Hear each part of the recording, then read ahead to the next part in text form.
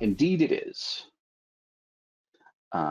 So if I create a new task here,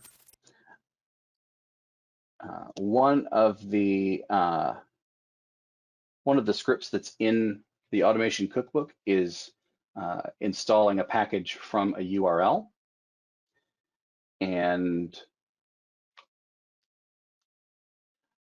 what that does is it takes as one parameter, it takes the URL to a package that is on either a file share, FTP server or a web server, what have you. And that takes the package, downloads it, puts it in a temporary folder, and then runs the software installer command that's built into macOS, installs it with the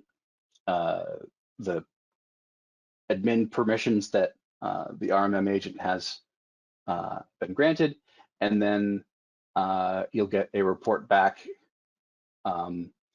in your task report that says whether it was successfully installed or not. So that that script is in the cookbook, and that functionality may end up being built in as one of the